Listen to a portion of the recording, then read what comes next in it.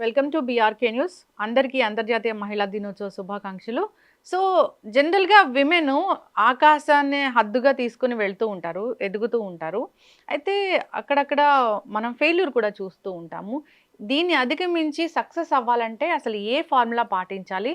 So మహిళా దినోత్సవం సందర్భంగా మనతో పాటు ఉన్నారు ప్రముఖ motivational speaker and family counsellor Rajani Ramma గారు.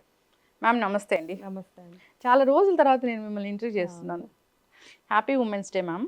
మీకు కూడా హ్యాపీ ఉమెన్స్ డే అండి. నేను కూడా చాలా హ్యాపీ ఫీల్ అవుతున్నాను. Thank you so much ma'am.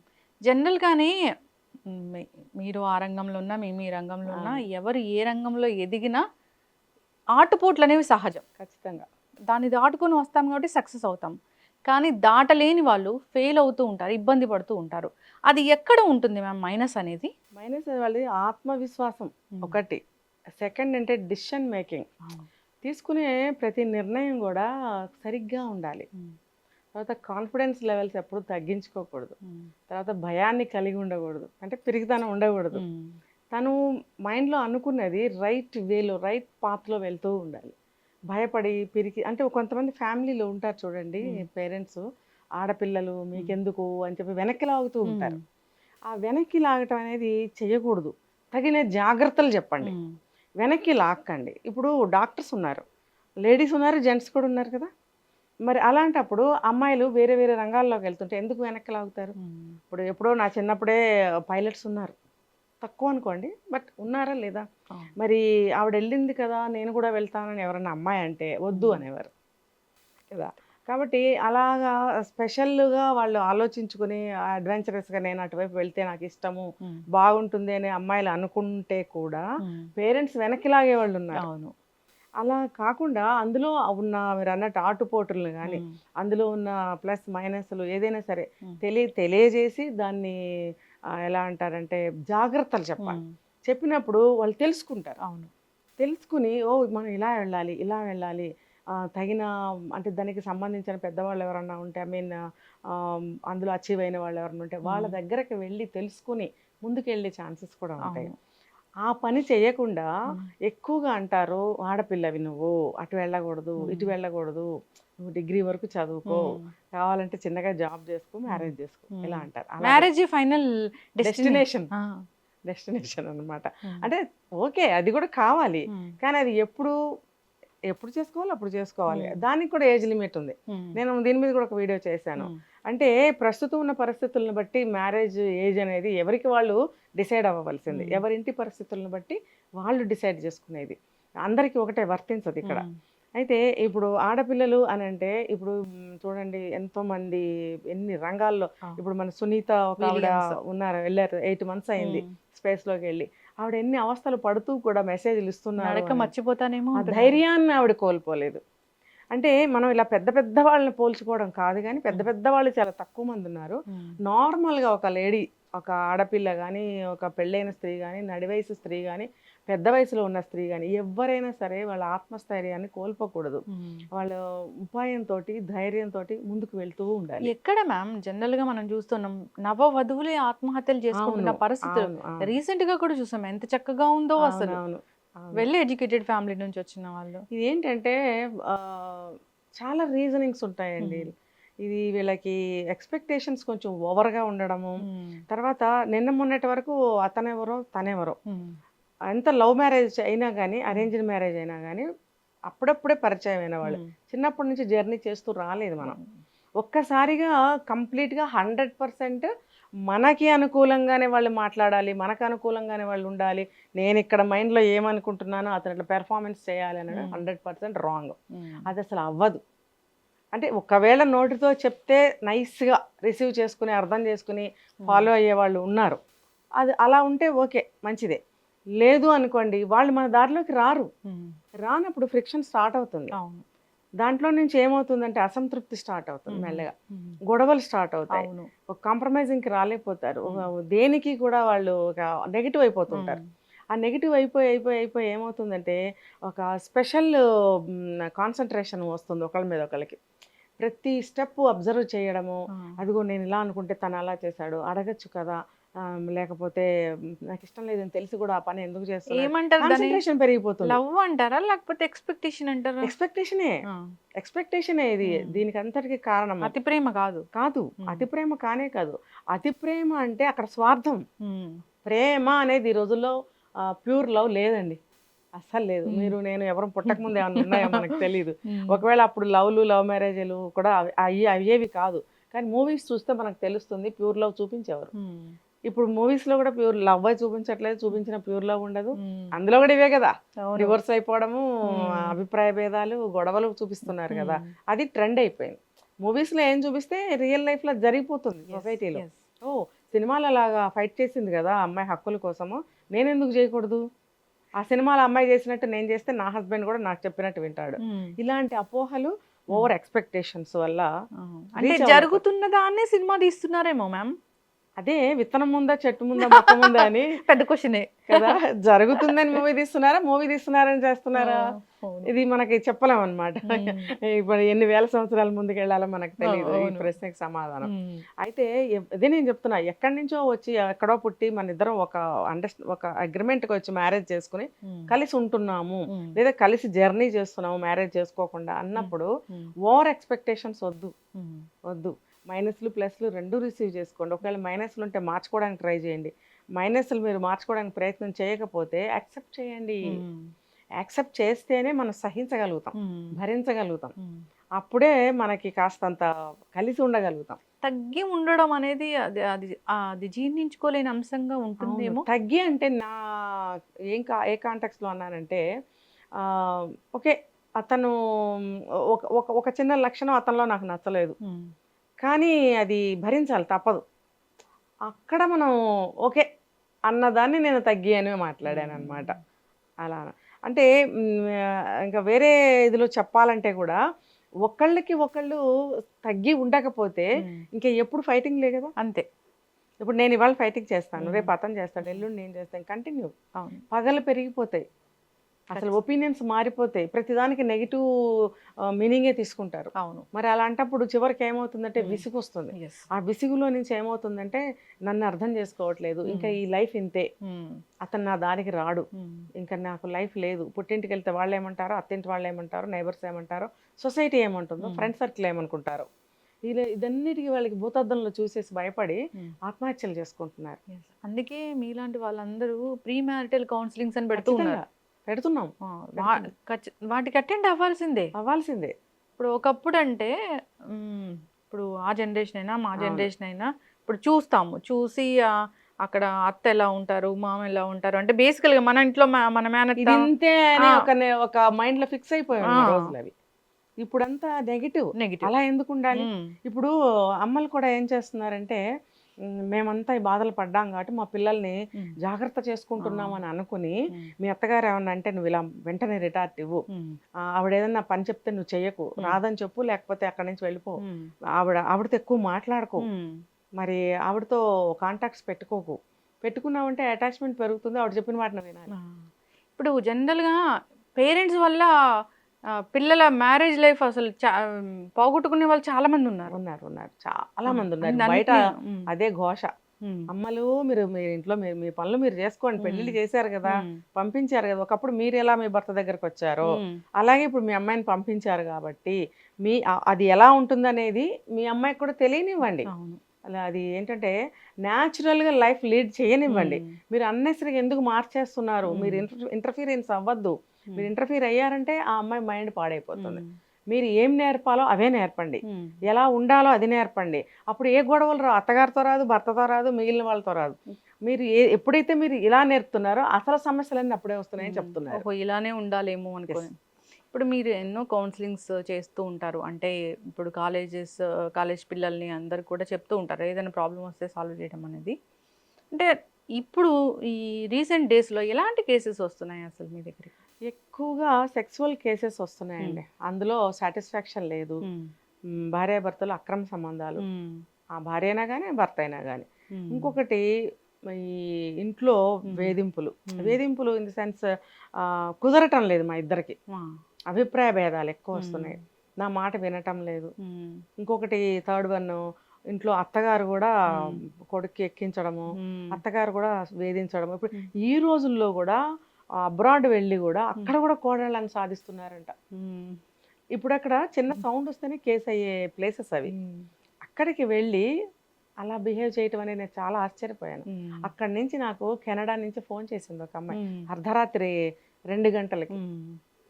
ఇప్పుడు మాట్లాడుతున్నావు ఏంటమ్మా అంటే, నాకు ఈ టైం తప్ప నాకు వేరే టైం లేదండి అని మాట్లాడుతుంటే వాళ్ళ అత్తగారు ఎంటర్ అయింది.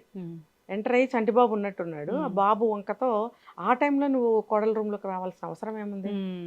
ఈ అమ్మాయి హస్బెండ్ పర్మిషన్ తీసుకునే నాకు కాల్ చేసింది. అంటే అప్పుడు ఆవిడ ధైర్యంగానే ఫోన్ చేసింది అమ్మాయి.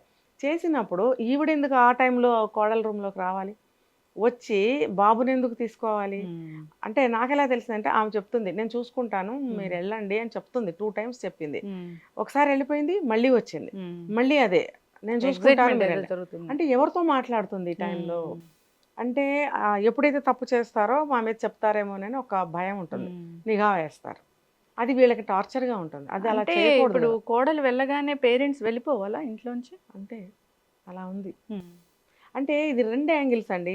సాధించే అత్తగారులు ఉన్నారు, మంచి అత్తగారులు ఉన్నారు. ఇప్పుడు మీరు వేసిన క్వశ్చన్ ఏంటంటే పేరెంట్స్ అంటే అబ్బాయి పేరెంట్స్, అబ్బాయి పేరెంట్స్ అది ఇప్పుడు ఒక కేటగిరీ వాళ్ళేమో పెళ్ళి అవ్వగానే అత్తగారు వాళ్ళు రాకూడదు, అంటే అబ్బాయి పేరెంట్స్ ఉండకూడదు. ఒక యాంగిల్లోనేమో అత్తగారులు వచ్చి ఇంకా సాధించే వాళ్ళు ఉన్నారు. అంటే అన్ని రకాల వాళ్ళు ఉన్నారు. మనం ఎవరికి ఏ మందు వేయాలో ఆ మందు వేయాలి. అవును, ఇంకా దీనికి వేరే విరుగుడు ఏమి ఉండదు. మన తెలివితేటలతో ముందుకెళ్ళాలి. ఇప్పుడు జనరల్గా మనం చదువుకుంటాము, జాబ్ ప్లేస్కి వెళ్తాం, ఎంతో కష్టపడితే జాబ్ వస్తుంది. అవును, సరే వర్క్ బాగా చేస్తూ ఉంటారు, సక్సెస్ అవుతూ ఉంటారు, కానీ అక్కడ రకరకాల ఇబ్బందులు అనేవి ఫేస్ చేయాల్సి వస్తుంది, ఆ ప్లేస్ని క్విట్ చేయాల్సి వస్తుంది. అంటే అప్పుడు అసలు దాన్ని మనం ఎదుర్కోవాలి. దేన్ని అనుకూలంగా మార్చుకోవాల్సిన అవసరం లేదు. స్ట్రైట్ ఆన్సర్, నువ్వుగా నువ్వు జాబ్ చేయి. నువ్వు ఏ ఒక్కళ్ళకి నువ్వు జాబ్ చేయట్లేదు, ఒక సంస్థలో వర్క్ చేస్తున్నావు, ఈక్వల్ టు అదర్స్. ఇప్పుడు ఒక సంస్థని మీరు పైకి తీసుకురావాలి లేదా ముందుకు తీసుకెళ్ళాలంటే ఒక్కళ్ళతో అవుతుందా? ఇప్పుడు మీరున్నారు, మీరు ఒక్కళ్ళే కూర్చొని క్వశ్చన్ వేసుకుంటే అవ్వదు. కెమెరామెన్స్ ఉండాలి, నేను ఉండాలి, లైట్లు ఉండాలి, మనుషులు ప్రొడ్యూసర్ విజయ్ లాంటి వాళ్ళు ఉండాలి, క్వశ్చన్లు ఇవ్వాలి, నాకు ఉండాలి కదా. ఇంతమంది ఉంటే ఈ ప్రోగ్రామ్ వెళ్తుంది. అలాగే ఒక సంస్థని పైకి ముందుకు తీసుకెళ్ళాలంటే అందరు వర్కర్స్ అందరి మీద డిపెండ్స్. అలాంటప్పుడు ఏ ఒక్క ఎంప్లాయీ కూడా వచ్చి ఇంకొక ఎంప్లాయీని ఏమి అనడానికి రైట్స్ లేవు, ఉండవు.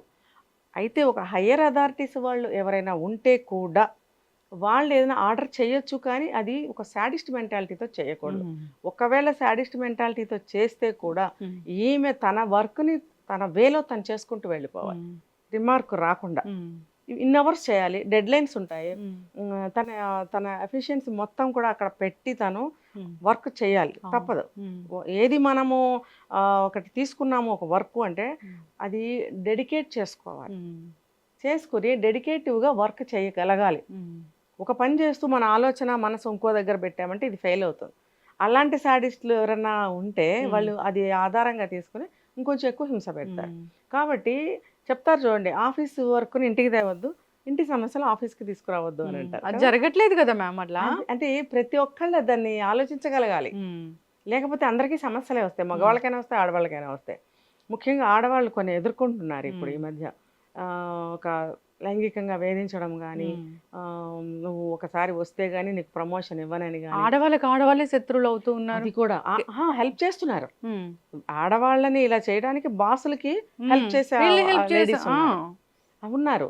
అందుకని మనం ఒక క్యారెక్టర్తో, ఒక పర్సనాలిటీతో మనము సిన్సియర్గా వర్క్ చేసామంటే మన వైపు ఎవ్వరు చూడరు. ఇది గంటాపదంగా చెప్పగలను. ఎటువంటి సాడిస్ట్ అన్నా అవనివ్వండి, ఎక్కడ నువ్వు నా లోపాన్ని ఎత్తి చూపించగలవు? నువ్వు ఇంకా ఇదిగా ఉంటే రిజైన్ చేసి పారిపో, ఇంకో చోటకి వెళ్ళిపో. ఇది కాకపోతే ఇంకొకటి, ఇది పర్మనెంటా, ఇది ఇంకొకటి లేదా? అవును, ఖచ్చితంగా మ్యామ్. కాకపోతే ఇలాంటి మృగాలు, ఇలాంటి సాడిస్టులు అన్ని చోట్ల ఉంటారు. అందుకని మనం ఎలా ఉండాలనేది మాత్రమే నేర్చుకోవాలి. ఎవరిని మనం లెక్క చేయాల్సి. ఇప్పుడు ఫ్యామిలీస్ లో గ్రూప్స్, చాట్స్ అలాంటివి కూడా మనం చూస్తూ ఉంటాము. సో అక్కడ కూడా అంతా హైలైట్ అవుతూ ఉంటారు, నగల గురించి హైలైట్ అవుతూ ఉంటారు, చాలా మంది నాకు చాలా రకాలుగా చెప్తూ ఉంటారు. బేసికల్‌గా నాకు ఏ ఫ్యామిలీ గ్రూప్ లేదు గానీ, చాలా మంది చెప్తూ ఉంటారు మ్యామ్. ఆ ఫ్యామిలీ గ్రూప్‌లో ఇలా మాట్లాడారు, అలా మాట్లాడారు వాటిని అన్నిటిని మనసులోకి తీసుకోవడము, ఇబ్బంది పడుతూ ఉంటారు. అవునవును. ఒక హెల్తీగా ఈ ఇన్ఫర్మేషన్ షేర్ చేసుకోవడానికి పెట్టిన గ్రూప్స్ కూడా పెద్ద పెద్ద గొడవలకు దారితీస్తూ ఉంటాయి. అవునవును. అసూయ, ద్వేషాలు ఎక్కడ లేవు చెప్పండి. హ్మ్. ఫస్ట్ బాగానే ఉంటుంది. హ్మ్. మీరన్నట్టు గ్రూప్‌లో చాటింగ్‌లు చేసుకోవడము, మధ్యలో మధ్యలో కలుసుకోవడము, ఏదో చిన్నగా గ్యాదరింగ్స్ ఇవన్నీ చేసుకుంటున్నాం. ఫస్ట్‌లో బాగానే ఉంటుంది. హ్మ్. మెల్లగా స్టార్ట్ అవుతాయి. ఎందుకంటే అందరూ లేడీస్ కదా! హ్మ్.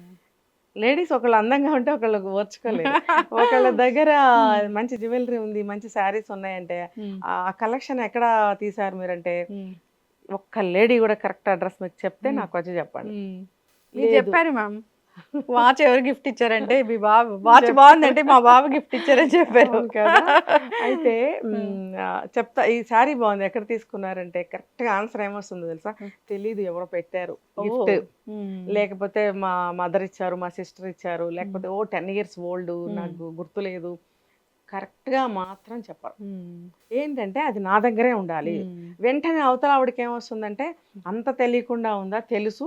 నేనెళ్లి తెచ్చుకుంటానని చెప్పి నాకు చెప్పదు. హ్మ్. అంటే ఒక 10% ఆఫ్ లేడీస్ ఉన్నారు పాపం మంచివాళ్ళు ఉన్నారు. హ్మ్. చెప్తారు పాపం. నా ఫ్రెండ్స్‌లో అట్లా కూడా ఉన్నారు, ఉన్నారు ఇట్లా మంచివాళ్ళు.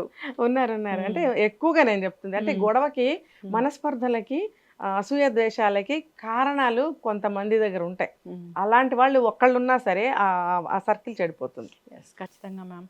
ఈ వుమెన్స్ డే సందర్భంగా ఇంకా ఎవరైనా ఇబ్బంది పడుతున్నారు, మెంటల్‌గా స్ట్రగుల్ అవుతున్నారు, అవును. మానసికంగా స్థిరంగా లేరు, చాలా లోన్లీ ఫీల్ అవుతూ ఉన్నారన్న వాళ్ళకి ఏం చెప్తారు మ్యామ్?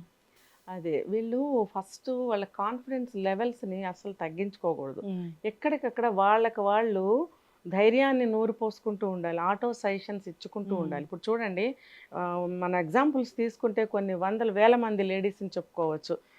రకరకాల ఉన్నారు కదా! మన నాయకురాలు నాగమ్మ అని. హ్మ్. నేను అన్నిటికంటే ఒకటి చెప్తా. మగువ మాంచాలి అని చిన్నప్పుడు లెసన్ కూడా చదువుకున్నాం మేము. మగువ మాంచాలి. మగువ మాంచాలి. ఇప్పుడు హ్మ్. మనకి ఇందిరాగాంధీ, ఝాన్సీ లక్ష్మీబాయి హ్మ్. వీళ్ళందరూ తెలిసిన వాళ్ళే. మగువ మాంచాలి గురించి ఎంతమందికి తెలుసు? హ్మ్. ఆవిడ ఒక నార్మల్ హౌస్ వైఫ్. ఎప్పుడో పురాణాల్లో స్త్రీ. హ్మ్. బయటకు గూడా వచ్చింది గాదు. మరి కొత్తగా పెళ్ళైన ఒక అమ్మాయి. భర్త వాళ్ళొక ఒక రాజ్యంలో వర్క్ చేసేవాళ్ళు. యుద్ధానికెళ్ళాలి. పెళ్ళయింది. ఆ యుద్ధంలో చనిపోతానేమోనని భర్తకి భయం. హ్మ్. భయమైనప్పుడు వెళ్ళడు. ఆవిడేం చేస్తుంది? కొత్తగా పెళ్ళయింది. ఒక రోజయింది అంతే. హ్మ్. యుద్ధానికెళ్ళాలి. కానీ ఆవిడేం చేసింది ధైర్యంతోటి నువ్వు ఏమైపోయినా పర్వాలేదు. దేశం కోసం హ్మ్. నువ్వు వెళ్ళు. వెళ్ళడు. అప్పుడు ఆవిడేం చేస్తుంది తెలుసా? ఆవిడ మగతనాన్ని సవాలు చేస్తూ హ్మ్. ఒక మంచం ఒకటి అడ్డం పెట్టి స్నానానికి నీళ్లు పెట్టి అందులో పసుపు కలిపి హ్మ్. నీకు స్నానం చేయమని చెప్పి అది ఆ రోజుల్లో మగవాళ్ళకి చాలా అవమానం. పసుపు అంటే హ్మ్. పసుపు వాటర్ అని. ఇప్పటికి పసుపుతో స్నానం చేయరు కదా? చెయ్యరు. ఆ! ఆడవాళ్ళకి ఆ! సంబంధించింది. రెండవది ఏంటంటే మగవాళ్ళు ఏ అడ్డు పెట్టుకుని హ్మ్. స్నానం ఆ! చేసేవారు కాదు. టవల్ చుట్టుకుని చేసేవారు. హ్మ్. అయితే మరి అడ్డం పెట్టిందంటే అడ్డం పెట్టుకునేదెవరు ఆడవాళ్ళు. ఆడవాళ్ళు. ఓఫ్!